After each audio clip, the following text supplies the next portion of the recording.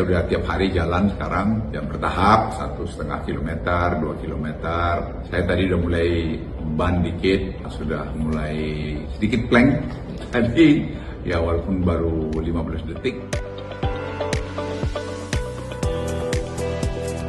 Ya, mengenai critical mineral ini kan suatu proses negosiasi yang panjang ya. Tapi akhirnya kita bisa mendekatkan bahwa ini juga kepentingan bersama. Jadi Amerika paham betul tanpa Indonesia, mereka tidak bisa memenuhi kebutuhan 11 kali jumlah mobil listriknya pada tahun 2030. Saya juga bicara dengan Amos, pembantu dekat dari Presiden Joe Biden, dan juga dengan National Security Advisor Jake Sullivan maupun dengan pembantu-pembantu Presiden Biden yang lain. Yang intinya sebenarnya jelasin, Indonesia itu sebenarnya ya masalah survival aja. Kita tidak memban seluruhnya nikel ore itu, tapi setelah turunan keberapa ya silahkan aja, bebas. Tapi biarkan kita juga menikmati rakyat Indonesia sampai keturunan kedua atau ketiga, nilai tambahnya. 3 hari yang lalu misalnya John Kerry datang jenguk saya di Singapura. Yang saya juga terus terang jujur nanya, ini saya siapa sih kok sampai John Kerry minta betul supaya bisa ketemu saya gitu. Ujung-ujungnya adalah penghormatan mereka pada Presiden Joko Widodo. Dari semua itu petinggi-petinggi yang datang jenguk saya, ujung-ujungnya membawa rasa hormat mereka kepada Presiden Joko Widodo yang bisa bernavigasi di tengah-tengah keadaan ekonomi dunia yang tidak baik seperti sekarang ini. Dan kita juga jelaskan, saya jelaskan seperti sama si John Kerry, lihat sekarang mengenai rumput laut. Ya kita mau bikin itu jadi juga. Jadi bagian daripada masalah penanganan climate change. Kita punya, ya alam ini memberikan ya, depleted reservoir. Kita punya salin aquifer yang jumlahnya itu hampir atau lebih 400 gigaton. Itu yang bisa diinjek CO2 ke dalamnya. Artinya apa? Ya kita ke kiri kanan ya baik-baik aja. China kita baik, Amerika juga baik. Sepanjang national interest kita juga terlindungi. As simple as that. Anda bisa bayangin $300 juta duit di Pertamina ditahan di Venezuela. Itu dilepaskan oleh Amerika. Sehingga itu dapat kembali kepada Pertamina tanpa keluar 1 sen pun. Dan kita bicara sama mereka jelas.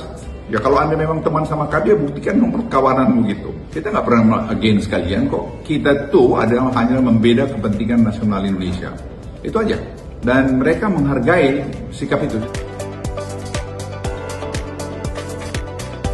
Kita beda-beda itu kan boleh aja. Wong kakak beradik aja bisa beda kok. Tapi jangan musuhan, jangan berkelahi, jangan dendaman gitu loh. Yang akhirnya membuat kita setback semua. Dan ingat, pintar-pintar membaca tanda-tanda zaman dan basisnya data. Bukan bicara perasaan. Nanti kalau kau jatuh cinta aja bicara perasaan.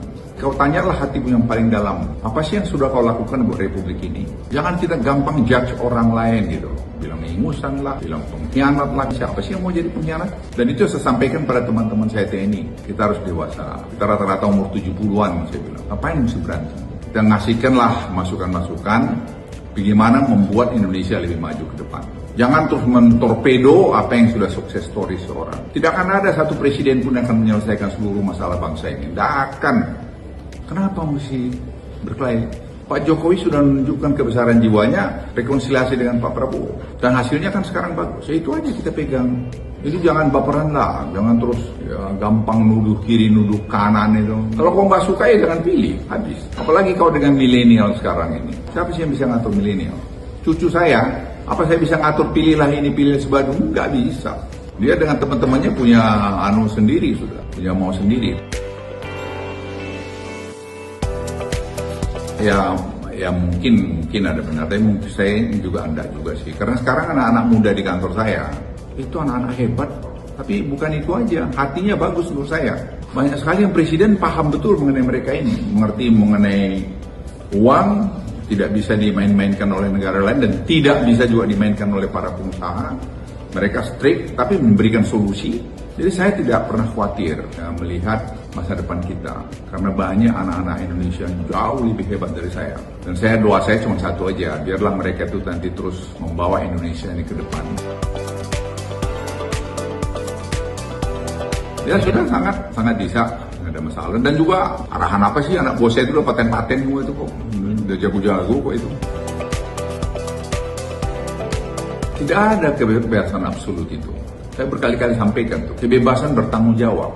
Itu juga bertanggung jawab dong, tentang berlindung di balik lingkungan hidup. Padahal Anda memanipulasi banyak hal. Ya nggak boleh dong. Ya Anda harus bertanggung jawab, ya buktikan di pengadilan. Saya udah tiap hari jalan sekarang, ya bertahap, 1,5 kilometer, 2 kilometer. Saya tadi udah mulai ban dikit, sudah mulai sedikit plank. Tadi, ya walaupun baru 15 detik, dokter juga memberikan program yang saya harus ikuti. Dan tangan saya kan sudah nggak ada lagi nih, apa-apa ini, nggak ada jarum-jarum lagi, jadi udah bebas semua.